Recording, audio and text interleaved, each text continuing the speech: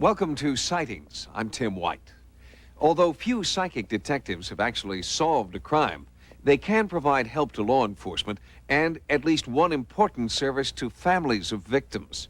One good lead from a psychic can often reopen a case where the police have reached a dead end. Psychic detectives have played an important role in the still unsolved murder of 18-year-old Caitlin Arquette. She was gunned down behind the wheel of her car in Albuquerque, New Mexico in July 1989. At first, police believed Caitlin was the victim of a random act of violence. But as investigators delved into the case, they soon realized there was nothing random about this murder. Even the most seasoned detectives were stunned by the strange twists and turns in this case. Psychic detectives provided intriguing leads, and eeriest of all, what appeared to be Caitlin's own attempts to reach out from the grave with information about her murderer.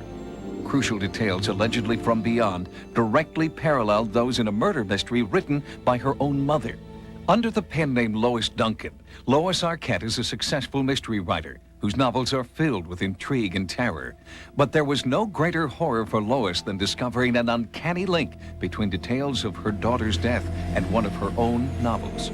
I didn't put any connection together in the beginning at all. It wasn't until one thing after another began to occur that I suddenly realized that I had more or less written the story of our own true life horror story. In Don't Look Behind You, I based the personality of my heroine April upon Kate. April was chased by a hitman in a Camaro. That book was published in June 1989, and in July 1989, Kate was chased down and shot to death by a trigger man in a Camaro. The most shocking thing of all to us was that when we read in the police file the Hispanic man who was arrested, his name was Mike, everybody called him Vamp. And in Don't Look Behind You, the hitman who chased down April was named Mike Vamp. As police probed Caitlin's brutal killing, they discovered the young woman had a secret life centered around her boyfriend, an alleged gang member believed to be involved in illegal activities. But investigators were unable to establish a direct link between either the boyfriend or his gang and Caitlin's murder. With the police department at a dead end, in desperation, Caitlin's mother turned to local psychic Betty Minch. I rang the doorbell, and this middle-aged woman answered the door, and I looked at her. I had an instant feeling that I knew her. It wasn't that I'd met her.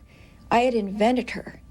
She was physically identical to Ann Summers, the psychic detective in my book, The Third Eye. Betty Minch considers herself a bridge between the living and the dead. Minch claims she can pick up messages telepathically while in a meditative trance, channeling the words of the dead through the keys of her typewriter. Usually I get a lot of color moving in my head. Then out of that, sometimes there will come maybe an image. And that's when the words seem to want to start pouring into my head. It was a very clear contact with Caitlin. She was right there. We had the idea that Caitlin was in some kind of trouble, that there were other things going on that the family wasn't quite aware of. Amazingly enough, it appeared that Caitlin was conducting her own murder investigation from beyond the grave. Some of the messages Betty Minch claimed to be receiving provided police with important new leads. Investigators soon received an anonymous tip from someone who'd seen one of the Crime Stoppers posters the Arquette family had placed around Albuquerque. Arrests were made that proved psychic Betty Minch had been dead right. She told us that the people who were arrested would have been driving a lowrider car. There would be 2 men in the front seat, 1 in the back seat, that there would be no eyewitnesses, but that arrest would be made because the men would be heard bragging, that our best help might come from somebody in the media, and she identified who that person would be, an investigative reporter named Mike Gallagher.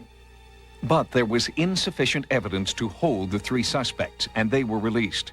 Desperate for more evidence, Lois contacted Noreen Rainier, a well-respected psychic detective from Maitland, Florida. Working with a police sketch artist, Rainier attempted to create a drawing based on impressions she claimed to be receiving from Caitlin. I have to get their scent. I have to pick up their vibes. And somehow something personal that was on at the time of the crime gives me more information. I can pick up the scent of Katie psychically. During Noreen's session, Lois listened in on the phone from 900 miles away. I was sitting in Albuquerque knowing that Noreen was doing this, and I knew what the alleged trigger man looked like because he'd been arrested. I was trying to concentrate on Kate, and I was saying, tell Mother why you were killed. Was it a random shooting, as the police think, or was it something else? Send me a symbol, send me a message through Noreen Rainier. And the picture Noreen sent me was a sketch of Mike Vamp, the hitman in Don't Look Behind You, exactly as he appeared on the jacket of the British edition of that book. Everything was there, even the little scar between the eyebrows. It's like seeing something had been copied from the jacket. And I just started to shake. I couldn't stop shaking. Lois was shocked. Caitlin had been the only member of the Arquette family to see the new book jacket of the British edition. I just was very confused when she was telling me I got some man on a book jacket. I'm saying, what are you talking? But then it made sense that Kate was telling us it was a hit. It wasn't a random shooting. It was a planned killing. It wasn't random. And that's what we needed to know. Even more startling is a tape recording Noreen made as she supposedly channeled Caitlin's own description of her final hours. It's Noreen's voice, but Caitlin's words. I'm meeting somebody at a shopping center with a C in it. I went up the hill towards the north to that big place up there, to this, I want to call it the Desert Castle. There's just an important person there that I'm not supposed to know is there. I saw things that I shouldn't have seen. They had to make sure that there was no way I would ever talk. And this was a way of silencing me. My crime that was committed against me was to silence me. I'll never be silenced. I'm not a bad person. I'm just young, and I just was curious. I was a good daughter to your mother. I told you almost everything. Almost. The incredible revelations from psychics Minch and Rainier prompted Lois to write Who Killed My Daughter? And while the police have not yet solved Caitlin's homicide, Lois is encouraged by one psychic message Betty Minch believes she received. She said that Kate was sending a symbol, that the symbol was a wolf with a collar around its neck, its head jerked back, and the message was that Kate was very sure that the wolf who had been after her was soon to be caught and collared. The message was particularly significant to Lois, who originally entitled her book, One to the Wolves. I couldn't explain any of this. All I could say to myself was, it's happening. Somehow it's happening. I have now come to believe that there must be some kind of transition point where it is possible for the dead to communicate with the living, perhaps when they have some very, very strong message to get across. I think Kate was killed because she was getting ready to tell the truth, and she couldn't do it herself, and now she wanted me to do it for her. Lois Arquette is hoping police or psychic detectives will soon find out what horrible facts Caitlin knew and who stopped her from telling the truth.